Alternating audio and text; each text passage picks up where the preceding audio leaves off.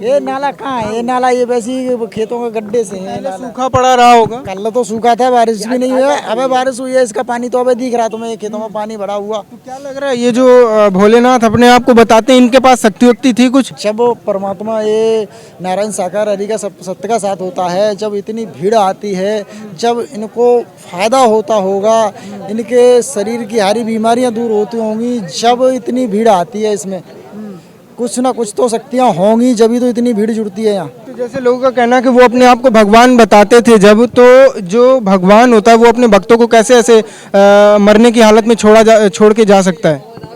ऐसा है, जब उन्होंने यह प्रवचन दिए थे, जब तक सत्य का साथ हुआ था, जब तक यहाँ कोई ऐसा माहौल नहीं हुआ था। जब वो गाड़ी जब उन्हें परमात्मा नारायण सागर हरि कहते हैं उन्होंने, जब वो अपना सत्य का साथ खत्म करके गए, जब उनकी गाड़ी आई है, जब उनके गाड़ी के पीछे जो भगदड़ मची हुई है, उस पंडाल में से भी भीड़ आई, गाड़ी के पीछे भी भीड़ आई, जब यहाँ गिरागिरी हुई है भगदड़ में, जब ऐसी स्थितियाँ हुई हैं तुम्हें। तो आपके कहने का मतलब ये है कि इसमें उनकी कोई गलती नहीं है?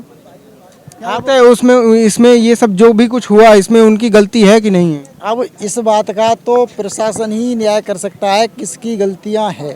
अब तुम्हारे जो बात हैं, जो यहाँ की स्थिति है, वो हमने आपको बता दी। नहीं, यहाँ पर जो भक्त उनको जो मानते हैं, जो भक्त उनको मानते हैं, वो तो इसीलिए मानते हैं ना क्योंकि वो कहते हैं कि भाई मैं भगवान हूँ। आप बोल रहे थे, ये बोल रहे भैया मीडिया वाले के यहाँ नाला है, नाले का शब्द बहुत बड़ा आ गया। नाले में आदमी गिरेगा तो खत्म ही हो जाएगा। यहाँ तो तुमको दिख रहा है भी कोई नाला है? ये तो थोड़ा खेत वालों का भरा भरासा है, इसमें तो कोई पानी भी नहीं आ रहा किसी नाली का, न ट्यूबवेल का। ये तो बरसात का पानी भरा हुआ है।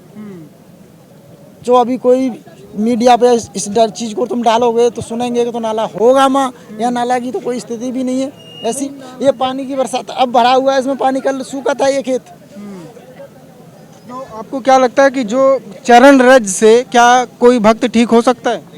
ऐसा है, यहाँ सेवा कर्म करने से, उनके यहाँ मेहनत करने से, ऐसा बताते हैं कि उनको शरीर की सारी बीमारियाँ में थोड़ा लाभ जरूर मिलता था, जब इतने लोग यहाँ उनसे जुड़े हुए थे, उनके सत्य के साथ में आते जाते थे। तो ऐसा भाई साहब का कहना है कि जब सत्य का साथ होता है, जब तक सत्य का साथ था तब तक यहाँ पर कोई घटना नहीं हुई, और जब वो चले गए, लेकिन गाड़ी के साथ में उसके बाद में हुआ है। लेकिन एक सवाल यहाँ पे ये भी उठ रहा है कि अगर वो चले गए, ठीक है, उसके बाद अगर यहाँ पे घटना हुई तो उनको वापस आना चाहिए था, उनको अपने भक्तों से मिलना चाहिए था, आना चाहिए था ये बात। लेकिन वो क्यों भागे भागे फिर रहे हैं? क्यों प्रशासन के हाथ से दूर हैं और क्यों जनता को या अपने भक्तों को जवाब नहीं दे पा रहे हैं? अब ये तो प्रशासन जाने या वो ही जाने क्यों ऐसे दुबके दुबके। अगर कोई परमात्मा है या कोई भी अगर उनके अंदर दिव्य शक्ति है या कुछ भी ऐसा है, कोई भी अगर दावा करता है तो जरा वो ये बताएं कि अपने भक्तों को वो बचाने क्यों नहीं आए हैं? नहीं, उनको आना चाहिए, जवाब भी देना चाहिए।